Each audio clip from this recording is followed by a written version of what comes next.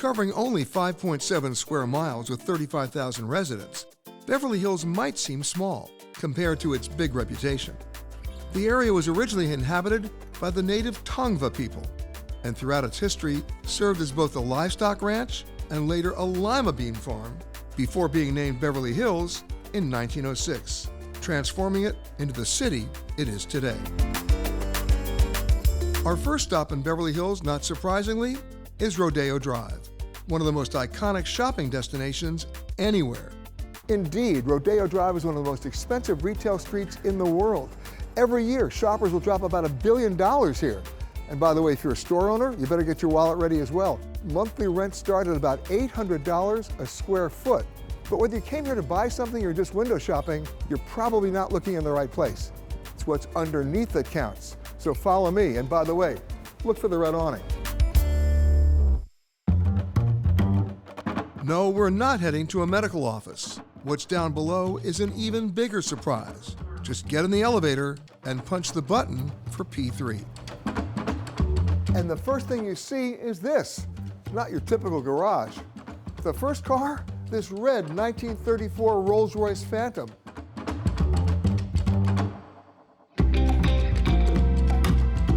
And we're just getting started.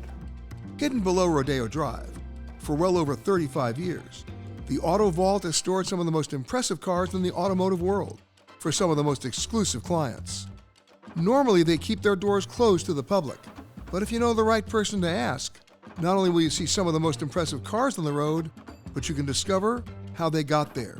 And the right person to ask is owner Scott Prescott. So this garage is truly hidden. Yes, we've been underground since 1979. But what's down here? Some of the most rare and exotic automobiles in the world. And a few of these things under wrap. And a few that are undercover, yes. The unique and great thing about Autov Vault is every car has a different story and the reason why it's here. Like one woman, it was the first car she ever owned. They may not be $1 million Ferrari, but they mean a lot to the people to justify collecting them. Do they ever go out? Some go out on a weekly basis, and others don't go out in sometimes years. So they're down here hiding? They're down here living underground, yes. And nobody knows? Nobody knows but the clients. And me. And you. And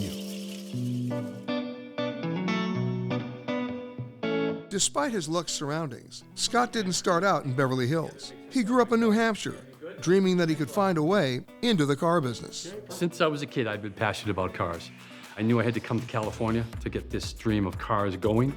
I first started as an idea of mobile car washing service, which then later grew to what we know as Autov Vault today. Now this vault houses everything from a pair of mummies lent to them from an antiquities client to some of the rarest cars in Beverly Hills, including this Bizzarini.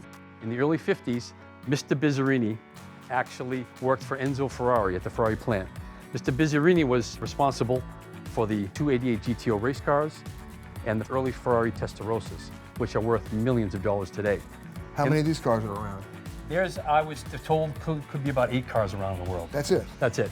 To an exotic green Lamborghini. This is a 1962 Lamborghini Miura. This was the first Lamborghini to put a 12-cylinder V8 motor in the rear. Oh, this is nothing but an engine. Yes.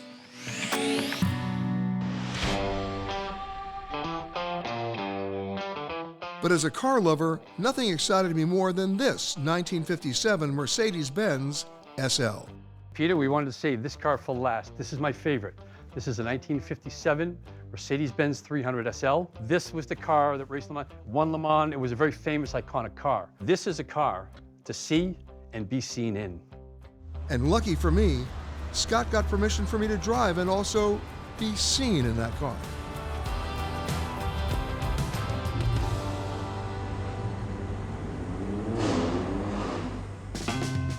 I took that Mercedes around the block, and it was indeed a photo op moment. But to really see the stars of Beverly Hills, I avoided the tour bus. But I did need a driver. Longtime resident and my old friend Phil Savinick, the president of the Beverly Hills Historical Society. A lot of the people who come to see Beverly Hills come in those tour buses.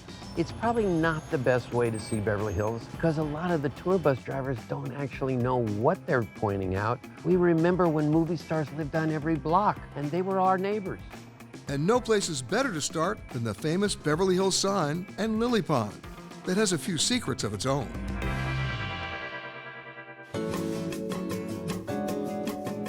This is the famous Beverly Hills sign, which was really kind of a real estate scam. Beverly Hills Lily Pond is the 5th most photographed site in the world, but nobody has any idea why it's there. And the truth was, it was sort of a real estate scam. There was no water here. But when you got off the train in Beverly Hills and looked across the street, there's a pond. So it was sort of a psychological warfare saying, this is not the desert, this is the oasis in the middle of the desert. But the pond isn't the only site in Beverly Hills with a few secrets. We're on Rodeo Drive, one of the most famous streets in the world. Of course, growing up here, you had a toy store, you had a hardware store, it was a different feel. A lot of people want to see Rodeo Drive.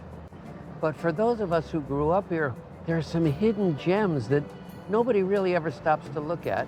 One of Frank Lloyd Wright's only commercial buildings is here tucked away. It has all of the great Frank Lloyd Wright elements, ramps and spires and pressed concrete, and nobody really ever goes there or sees it. These lost nuggets of history aren't just for the stores of Beverly Hills, but the streets as well. You might be wondering, what are these flower pots up the middle of the street? There were horses in Beverly Hills until the 50s, and that was the bridle path. You could ride your horse straight down Sunset Boulevard. So in memory of the horse days, we have the famous bridle path.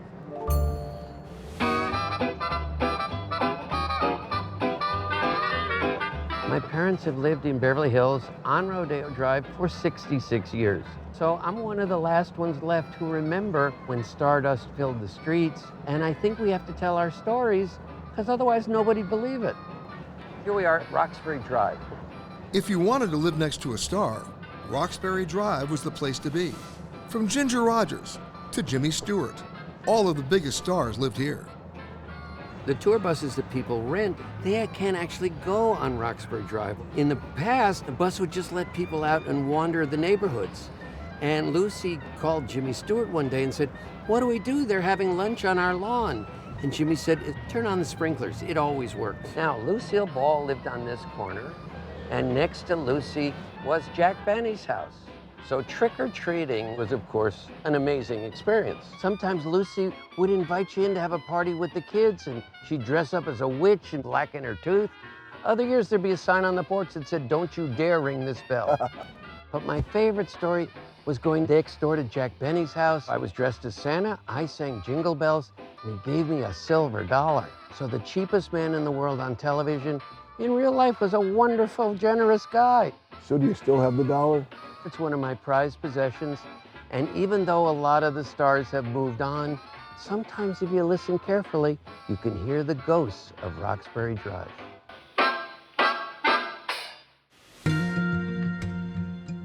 In a city known for gorgeous homes and celebrity estates, one house stands above them all.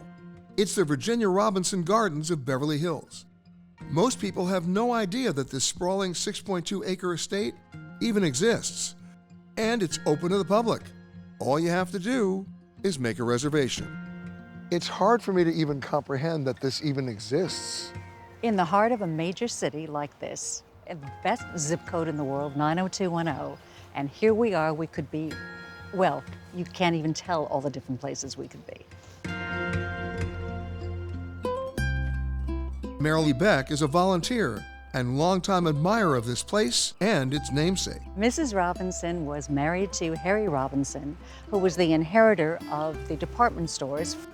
Virginia Robinson wasn't just the wife of the owner of the Robinsons department stores. She was famous for so many things. She was called the first woman of Beverly Hills. She built the first estate in Beverly Hills, and she was the entertainer. She would have constant bridge parties, tennis parties, swimming parties, and everyone who was anyone came to be at her parties. She was also a businesswoman. She's the one, alongside of Conrad Hilton, that built the Beverly Hilton Hotel and the Robinsons in Beverly Hills. The Robinson department stores are long gone, but some of Virginia's creations are still growing. Let's see the gardens. There are more. Oh, 6. Virginia and Harry were both very interested in gardening. But the Robinsons weren't your average plant enthusiasts. The couple traveled around the world with their own gardener, collecting samples for their multiple gardens. Now this is truly unique, a tropical forest in the middle of the city. This is the largest king palm forest in the Northern Hemisphere. They were planted in neat little rows 100 years ago, and then between the birds and the wind and everything else, they became scattered, and here we are in a tropical forest. Bamboo too. In the middle of Beverly Hills. Right.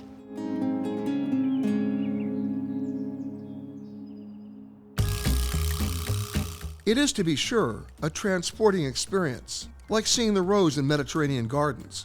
But my favorite was Virginia's kitchen garden. Mrs. Robinson grew everything here. Always. In those days, there weren't supermarkets, so this is where you got your food that you served. And what are you growing now? And now we are growing all kinds of vegetables, lettuces and peppers and greens and artichokes. But for you, something very special, celery. Delicious. I only have 2 words. Who knew? Seriously, who knew this was even here? You have no idea that you are in the middle of a metropolitan area. It is a wonderfully kept secret. There is a tranquility of being here. There's a tranquility in being in gardens and seeing things grow. What Mrs. Robinson did was leave to everybody this incredible garden where you can enjoy great air, great sights. It is such a marvelous thing that you can't help but be awed. In Beverly Hills, restaurants for celebrities and their celebrity chefs seem to go hand in hand. But for me, if you want a place with both, then Crustacean is near the top of my list, but for a very different reason. It's all about the chef and her family. And in full disclosure, that secret involves me and dates back to 1975. First, a word about the restaurant. Crustacean is known for its Asian fusion, bringing ingredients together from different cultures. Helene Ahn, or Mama as she's affectionately called, is the chef here, working alongside her daughter Elizabeth. And as a family, they built this restaurant from scratch. And it all started in the last days of the Vietnam War. Saigon was falling, and planes were commandeered at the last minute to fly Vietnamese refugees to the United States. I was a correspondent for Newsweek magazine back then, and we also flew out the Vietnamese staff who worked in our Saigon bureau. Almost all of those refugees, including the Ahn family, ended up at the Camp Pendleton Marine Base in California. And I was sent down there to find our staffers and bring them to Los Angeles. There were thousands of Vietnamese in tents when I got down there, and I walked through those tents for hours until I found our Newsweek family. Then, more than 20 years later, a friend took me to what was then a new restaurant in Beverly Hills called Crustacean and introduced me to the chef. And the rest, as they say, was and still is history. When Mom started this restaurant, we started with nothing. When we came to America, we were refugee, and it was just really Mom's recipes that basically built the foundation for our family in America. A foundation that's incredible, especially when you consider that when Saigon fell in 1975, Helene fled a rich life in Vietnam to a life with almost nothing but her 3 daughters living at those tent cities in Camp Pendleton. And how did we meet? When I walked into that tent and found our Newsweek staffers, the family sitting next to them was Helene's. And then when you opened the restaurant, I went to say hello to you and you said, "Nice to see you again." I went, "Oh my God." Yeah, I'm so happy to see you again. I know, I'm happy to see you again. But even though we've known each other for nearly 50 years, that still won't get me access to the hidden gem inside Crustacean, the secret kitchen. Can I come in? No, please, you can be here in 10 years, okay? Sorry. 10 years is how long you have to work with Helene before she'll allow you into that special kitchen. So Mom is really strict about Ghost in Secret Kitchen. Even Oprah couldn't get in. Lady Gaga to Heidi Klum to Leo DiCaprio all have had a peek in the Secret Kitchen, but never inside the Secret Kitchen. This is where she creates all the amazing dishes on the menu. And the one thing that's been on the menu since 1995, let me see it, the garlic noodles. I live for this. How is it, Peter? How you like it? Hasn't changed, right? Hasn't changed, but it all comes out of the Secret Kitchen. As you can see, Peter, it's completely enclosed. Nobody sees in, nobody sees out, only the noodles come in and out. From you. Yes.